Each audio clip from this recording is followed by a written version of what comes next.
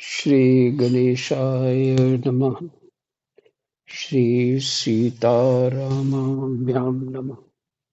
श्री हनुमते नमः। श्री उमापते नमः। श्री गुरुवे नमः। सदसंतन की जय जय। जय जय सीताराम। राधे श्याम।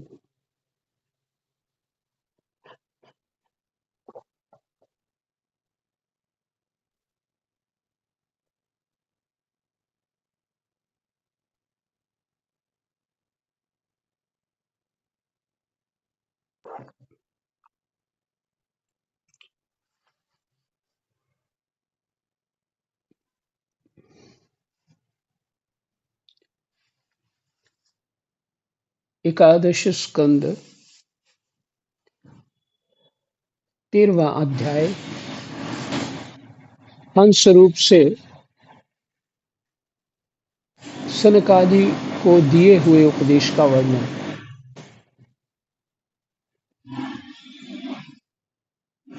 जो कल शाम को सुना आपने, कल शाम को नहीं, कल सुबह नहीं, शाम को।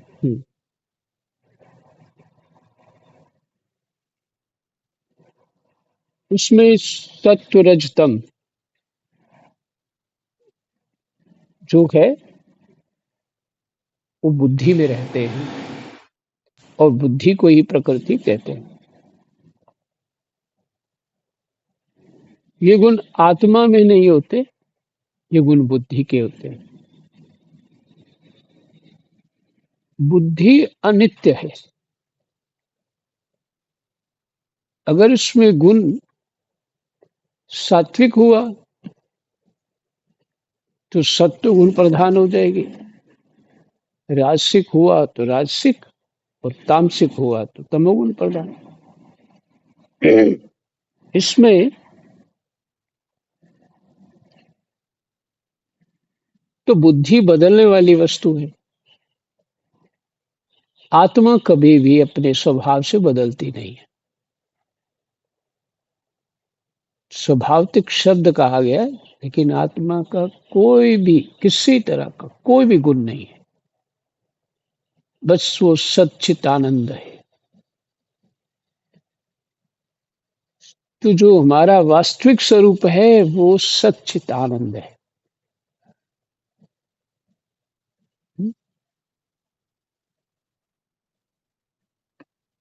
और भगवान की उस माया शक्ति जो बुद्धि है, ये भी भगवान की माया शक्ति। ये बुद्धि विद्या विद्या वाली होती है, मानी सत्वगुण और तमोगुण वाली होती है।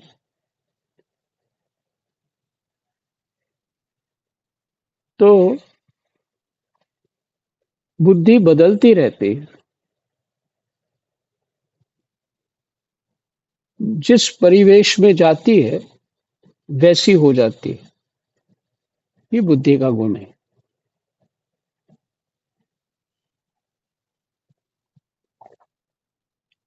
पर आत्मा जो हमारा वास्तविक स्वरूप है वो आत्मा है, बुद्धि नहीं। हम बुद्धि नहीं है। तो विचार करिए, हमको साधन के अंत में कभी ना कभी किसी जन्म में बुद्धि को भी छोड़ना है।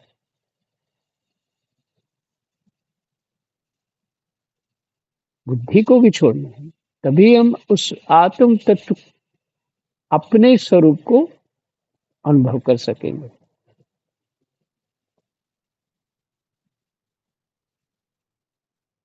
तो इसीलिए उसी तैयारी के लिए हमें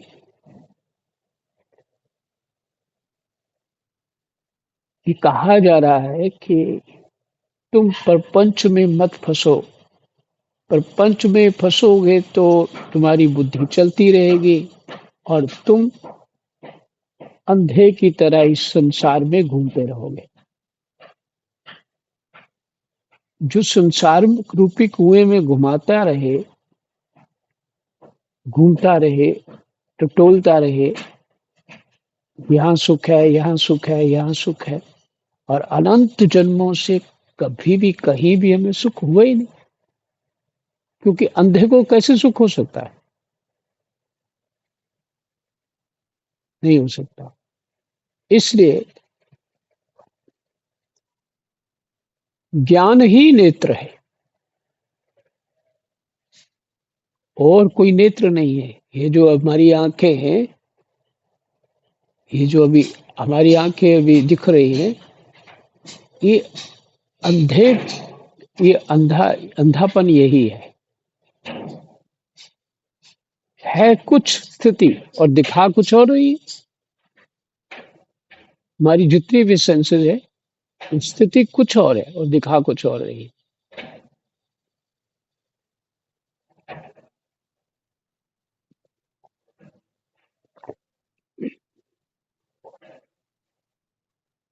क्योंकि हम सच्चित आनंद स्वरूप हैं, बाकी सब अल्यूजन है, जादूगिरी है, कुछ है ही नहीं है, स्वप्नवत है।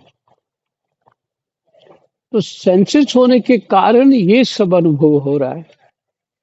तो भजन साधन से योगी लोग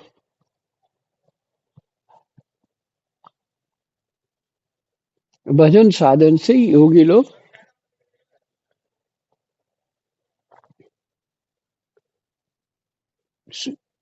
इन सेंसेस का किसी प्रकार का उपयोग नहीं करते, ताकि अध्यास ना हो पड़े, उसका अभ्यास ना पड़े। वो सुख वृत्तियां, वो आराम, वो मीठी मीठी बातें सुनना और आंखों से देखना और माया के प्रपंच में फंसना, ये सब सेंसेस हमें उल्टा रास्ता दिखा रही है। ज्ञान दृष्टि से बात कर रहा हूँ, लोक दृष्टि से नहीं चर्चा हो रही कोई भी। आपको होगी आंखें नहीं होंगी तो फिर हम ऐसे हो जाएंगे। अरे वो बात नहीं, अगर बात समझ में आएगी तो, नहीं आएगी तो फिर से चर्चा करेंगे। लेकिन ये आंख नहीं है, आंख वो है जो ज्ञान है, उसी को ज्ञान रूपी नेत्र।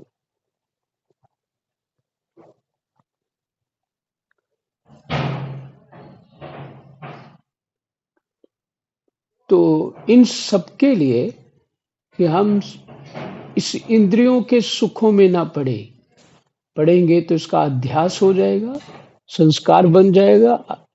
अध्यास मैंने अभ्यास, और जो अभ्यास हो जाता है वही चीज बार बार करने की इच्छा होती है। कल वो परोठी खाई थी, आज वही खा ली, वो अच्छा स्वाद आया था। वहां पे हमने कचौरी खाई थी, वहीं जाना है। ये कौन ले जा रहा है? जीवा ले जा रही है। तो ये अभ्यास अध्यास जो है, महापुरुष लोग इसी सबको छोड़ देते हैं और केवल इस शरीर से लाभ ये प्राप्त करते हैं। सारे अध्यास अभ्यास भजन के हो जाते हैं उनके, उनका सभी सभी प्रकार से वो भजन कर लेते हैं। अपने शरीर को, बुद्धि को भी वैसा बनाते, मन को भी वैसा बना लेते। अहंकार कैसा करते हैं? हनुमान जी ने कहा लंका में, दासो हम कौशलेंद्र से, मैं भगवान राम जी कौशलेंद्र, भगवान राम जी का दास हूँ। इसकी समर्थ हो तो मेरे सामने आ जाए। क्या एक रावण, क्या कितने रावण मेरे सामने आ जाए? ये अहंकार हो तो मैं परमात्मा का हूँ। गोस्वामी जी बहुत कुछ इस विषय में कहते हैं। भगवान का दास वही है जो भगवान की आज्ञा माने, उनकी शरणागति में रहे। जो अपना मन मौज के लिए भगवान का दास बनता है, वो दास नहीं है। वो तो क्या बोलते, काल नेमी कपट मुनि, वो उस तरह का।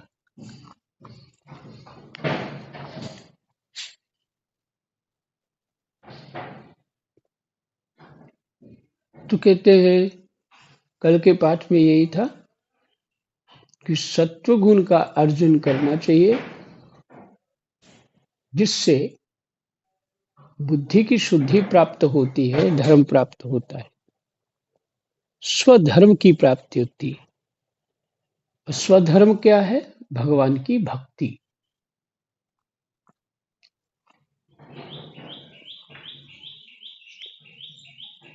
और फिर सत्व गुण किन 10 कारणों से बढ़ाया जा सकता है? तो उन्होंने कहा शास्त्र, जल, प्रजाजन, देश, समय, कर्म, जन्म, ध्यान, मंत्र और संस्कार, ये 10 वस्तुओं से सत्व गुण बढ़ाया जा सकता है।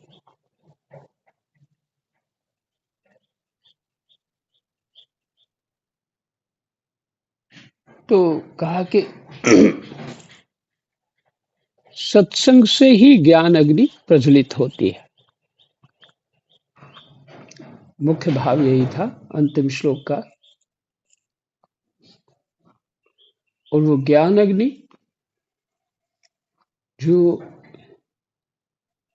हमारे सभी जो अशुभ कर्म हैं उनको नष्ट कर देती है और बाद में स्वतः भी शांत हो जाती है।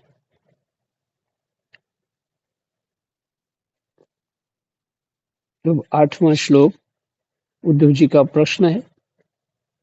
कृष्णाय वासुदेवाय हरये परमात्मने प्रणतः क्लेशनाशाय गोविंदाय नमो नमः।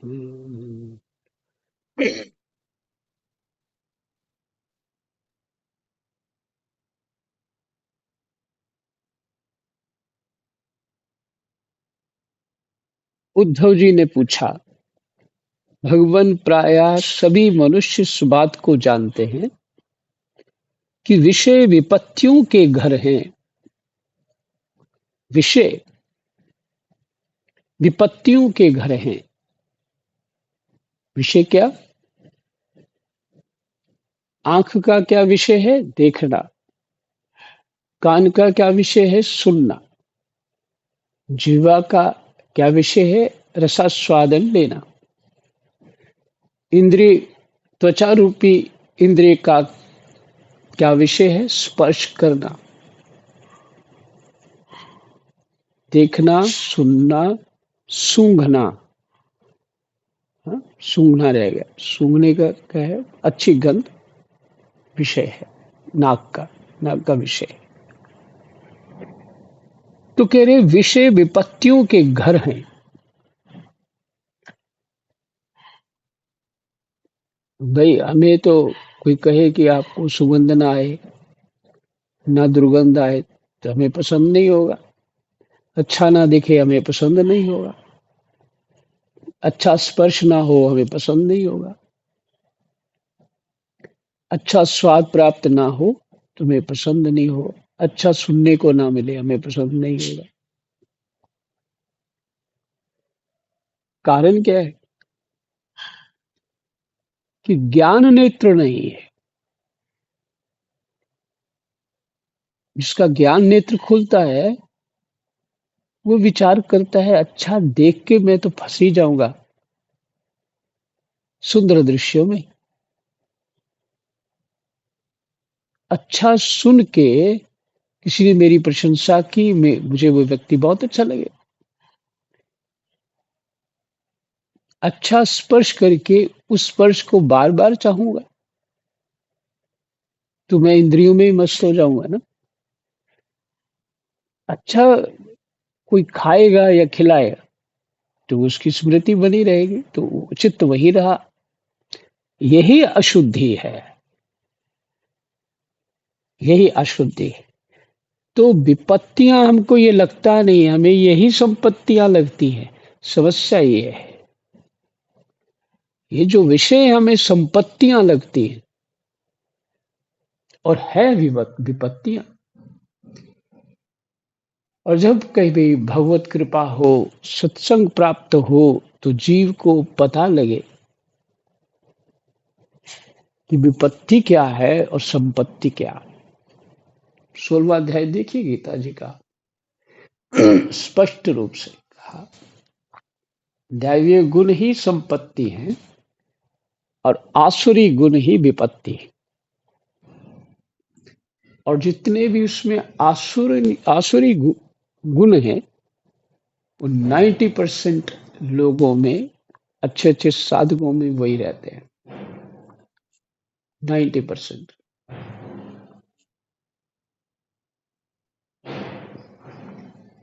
बेकार 99 ही कहना चाहिए, क्योंकि जब उसको जीव को समझ में आ जाता है तब फिर वो गुण सब अशुभ दोष अवगुण सारे चले जाते हैं। लेकिन ऐसी स्थिति है गीता जी के 16वें अध्याय में, बड़ा देखेंगे तो वहां लगता है असुर संपत्ति में असुर लोग कौन होते हैं, तब पता लगता है यार हम तो असुर ही हैं, मनुष्य तो है ही नहीं।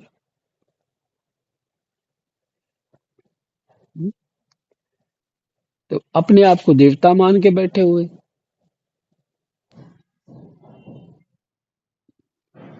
तो देखिए कितना बड़ा भ्रम है। तो विपत्तियां क्या है? यही हमारे विषय, हमारे सुख की जो कामनाएं हैं, ये विपत्तियां।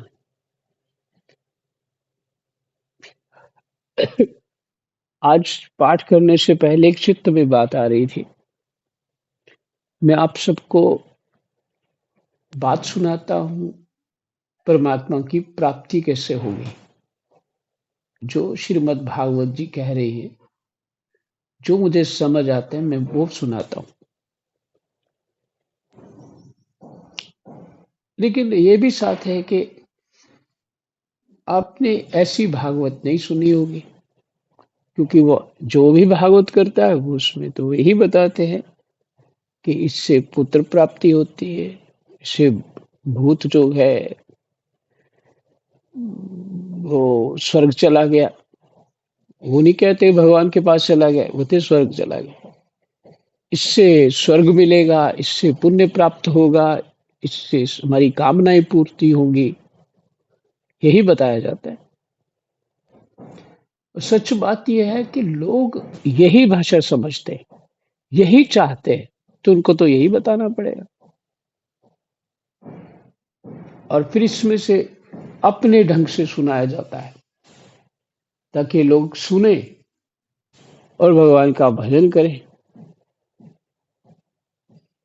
लेकिन वो बात समझ आती नहीं है।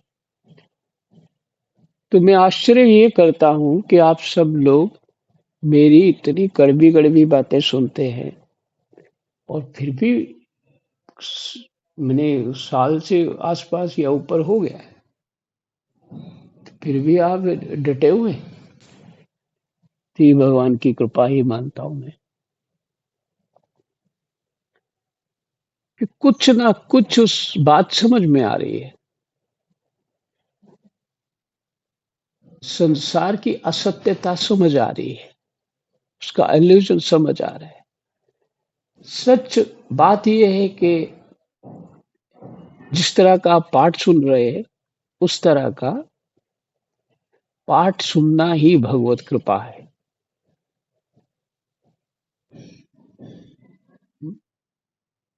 कि इससे परमात्मा की पाने की जिज्ञासा होगी, ना कि संसार में रचने पचने इधर बड़प्पन पाने की नहीं होगी काम। क्योंकि मेरे को तो यही आता है, जो आता है मैं वही सुना सकता हूँ, और कुछ में बुरी बुद्धि में आता ही नहीं है। जब जीव को समझ नहीं आती ना, तब उसको ये होता है कि हाँ संसार में सभी सुखी रहें, बड़ा दयावान सात्विक भी होगा, सुखी रहें, सबको अन्न प्राप्त हो, कुछ उपाय करूं, सबको सभी वस्तुएं प्राप्त हो, ऐसा उपाय करे। ये मेरी बुद्धि थी पहले। लेकिन वो बुद्धि चली गई। इस सब वस्तुएं प्राप्त करके तुम सुखी हो के क्या फिर उन्हीं वस्तुओं की चाह करोगे? परमात्मा के लिए, परमात्मा जिससे तुम्हें सदा के लिए सुख आना है और सदा के लिए दुख चले जाना है, उसकी चाह कब करोगे? तो इसलिए ऋषियों ने हमें शास्त्र दिया है। वो सुविधाओं के लिए ऋषियों ने हमें कुछ नहीं ऐसा समझाया। वेद में सब कुछ है। ऋषियों ने आगे उसकी व्याख्याएं भी की है, बहुत सारी चीजें। लेकिन सार रूप जो वेद का है वो ये है जो आप सुन रहे हैं। कितना सुंदर पीछे वो बात थी कि सबको आत्म दृष्टि से देखते हुए मेरी शरणागत हो जाओ।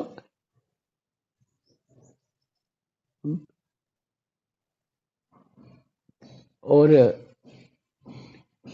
तुम विचरण करो, माने एक प्रकार से जगत में जो भी व्यवहार करते हो, ये गुप्त उपाय बताए।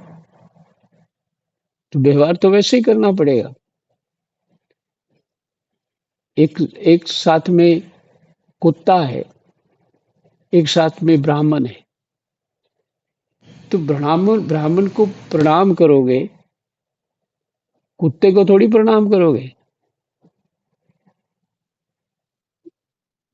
क्योंकि हमें आत्म, कुत्ते में आत्मा है ये भाव तो है। हमें आत्म दृष्टि रखनी है सबके प्रति कि भगवान ये क्या लीला कर रहे हैं कि इस आत्मा जो है उसने कुत्ता स्वरूप धारण कर लिया। यथा योग्य व्यवहार करना पड़ेगा, यथा योग्य, बस ये मूल मंत्र है। जब तक शरीर है अविद्या घुसी हुई है, आत्म तत्व की अनुभूति नहीं हो पा रही है, तब तक तो ये ही करना पड़ेगा। और जब आत्म तत्व की अनुभूति होगी तब तक तो आपको सब समझ आ जाएगा क्या करना है। ये सब कुछ सहज में ही सब समझ में आ जाता है, पूछने कहीं जाना नहीं पड़ता। अगर सत्संग शास्त्र से ही प्राप्त हो गया है तो पूछने कहीं नहीं जाना पड़ता, स्वतः ही सब पता लग जाता है कि शास्त्र क्या कहना चाहता है।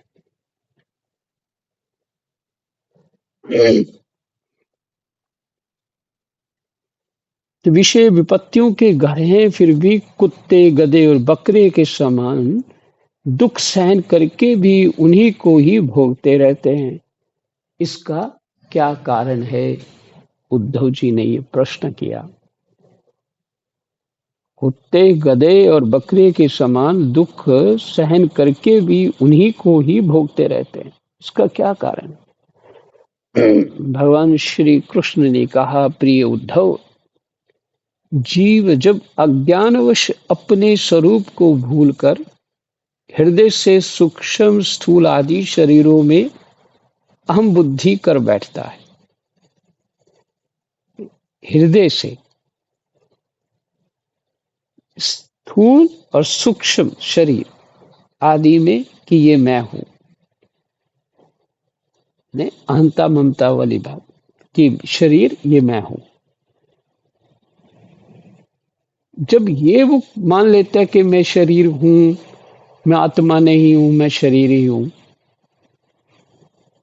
तो फिर क्या होता है? जो कि सर्वथा भ्रम ही है, ये एक भ्रम है कि मैं शरीर हूं। तब उसका सत्व प्रधान मन घोर रजोगुण की ओर झुक जाता है।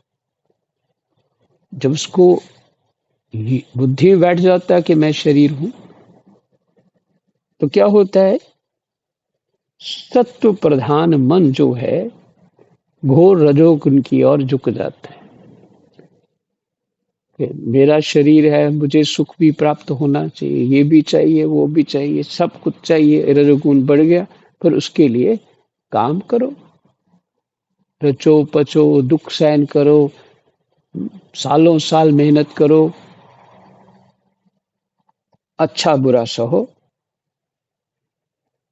तो कहते रजोगुण की ओर जब झुक जाता है, बस यहाँ मन में रजोगुण की प्रधानता हुई कि उसमें संकल्प विकल्पों का तांता बंध जाता है। संकल्प और विकल्पों का तांता बंध जाता है। आने लग जाते हैं संकल्प, ऐसा करेंगे, ऐसा होगा, वैसा होगा, ये सब स्वप्न बनाने लग जाता है। अब वह विषयों का चिंतन करने लगता है। गाड़ी लेंगे तो फिर इधर जाएंगे, उधर जाएंगे, बड़े मजे आएंगे। ऐसा मकान बन जाएगा हमारा, बड़ा सुंदर सा, ऐसा वैसा बन जाएगा।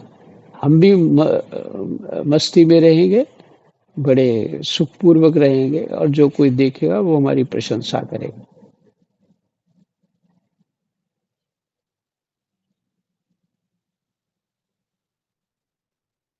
ये क्या है? संकल्प विकल्प। ये है संकल्प विकल्प। ऐसा करेंगे तो फिर ऐसा होगा, हमारा मान सम्मान बढ़ेगा। यही विकल्पों का तांता बंध जाता है।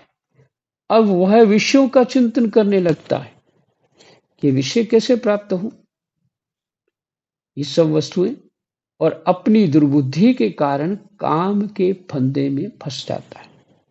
काम मैंने इच्छा, कामना के फंदे में फंस जाता है, जिससे फिर छुटकारा होना बहुत ही कठिन है। ये है हमारी स्थिति।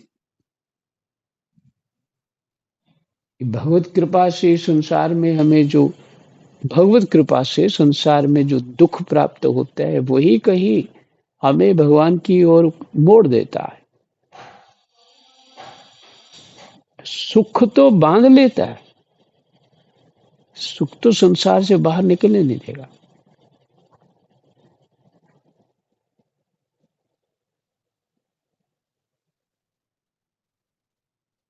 अब वह अज्ञानी कामवश अनेकों प्रकार के कर्म करने लगता है, और इंद्रियों के वश होकर यह जानकर भी कि इन काम कर्मों का अंतिम फल दुख ही है।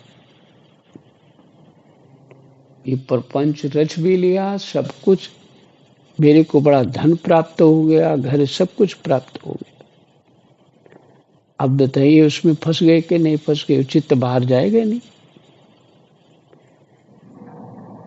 फिर दूं किसको, सारे ही नालायक हैं। फिर तो ये चित्त में आता है, बड़ी कीम बड़ा कीमती चीजें हैं मेरे पास, हम्म, दुर्लभ वस्तुएं हैं, और धन भी बहुत है, दूं किसको, है नहीं मेरे पास, जो आसपास है सभी नालायक है, दूं किसको। ये तो मौज करके उड़ा देंगे सब, तो होता भी वही है।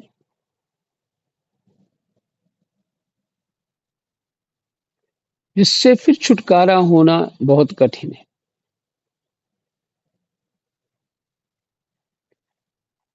ये जानकर भी इन कर्मों का अंतिम फल दुख ही है, उन्हीं को करता है, उस समय वह रजोगुण के तीव्र वेग से अत्यंत मोहित रहता है। रजोगुण, ये करो, वो करो, ऐसा करना है, वैसा करना, दिन रात ये कर्तव्य है, ये करना चाहिए, वो करना चाहिए, माने क्रियाएं इत्यादि, और वही रजोगुण चित्त में चलता रहता है।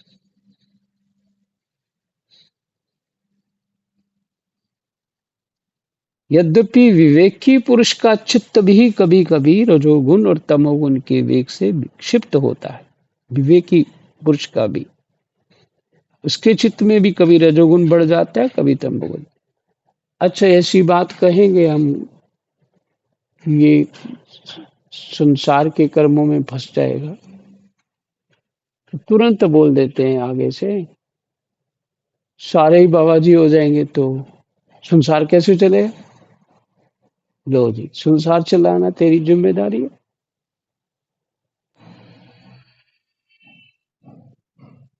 तू संसार क्यों चलाना चाहता है? संसार क्या है ये पता है? कोई उत्तर नहीं होता।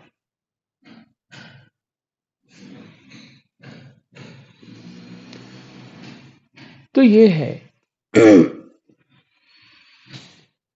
एक 21 साल का था मैं। तो मुझे प्रश्न किया गया, कोई बात हो रही थी तो मैंने कहा ये तुम मुर्गियां मत खाया करो।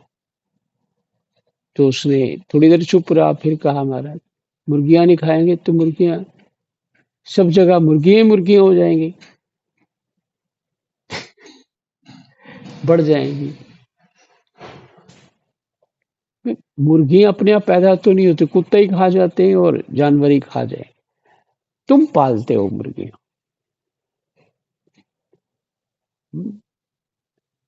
तो ये सब बेतुकी बातें, ना समझ किसी बात की, और इस तरह से बातें संसार में, ऐसा नहीं करेंगे तो ये हो जाएगा, घर गृहस्थी है तो ये हो जाएगा। अरे ठीक से शास्त्रोक्त तुम कर नहीं पा रहे हो तो फल अच्छा कहाँ से हो जाएगा।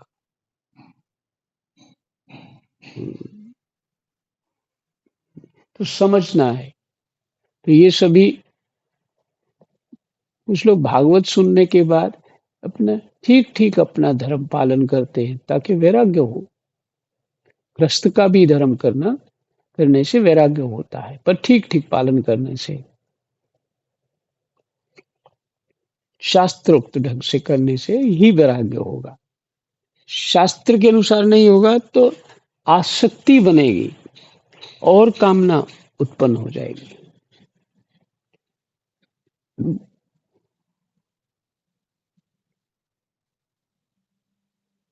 यद्यपि विवेकी पुरुष का चित्त भी कभी कभी रजोगुण और तमोगुण के वेग से विक्षिप्त होता है, तथापि उसकी विषयों में दोष दृष्टि बनी रहती है। फिर भी वो उन विषयों को अंतःकरण से अच्छा नहीं मानता, इसलिए वह बड़ी सावधानी से अपने चित्त को एकाग्र करने की चेष्टा करता रहता है, जिससे उसकी विषयों में आसक्ति नहीं होती। अगर सत्व गुण को विशेष बनाए रखेगा तो विषयों में आसक्ति नहीं होगी। साधक को चाहिए कि आसन और प्राण वायु पर विजय प्राप्त कर अपनी शक्ति और समय के अनुसार बड़ी सावधानी से धीरे धीरे मुझ में अपना मन लगावे, और इस प्रकार अभ्यास करते समय अपनी असफलता देखकर तनिक भी उबे नहीं, बल्कि और भी उत्साह से उसी में जुड़ जाए। प्रियोद्धव, मेरे शिष्य सनकादि परम ऋषियों ने योग का यही स्वरूप बतलाया है। मेरे शिष्य सनकादि परम ऋषियों ने योग का यही स्वरूप बताया।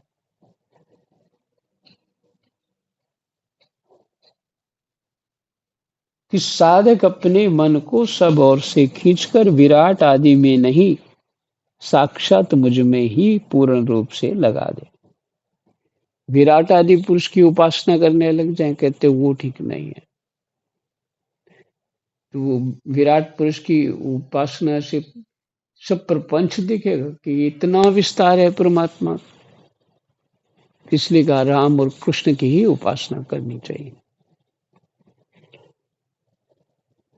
यही विश्राम, हमारा 7 श्लोक मात्र और हो पाए। कृष्णाय वासुदेवाय हरये परमात्मने प्रणतः क्लेशनाशाय गोविंदाय नमो नमः। जय जय।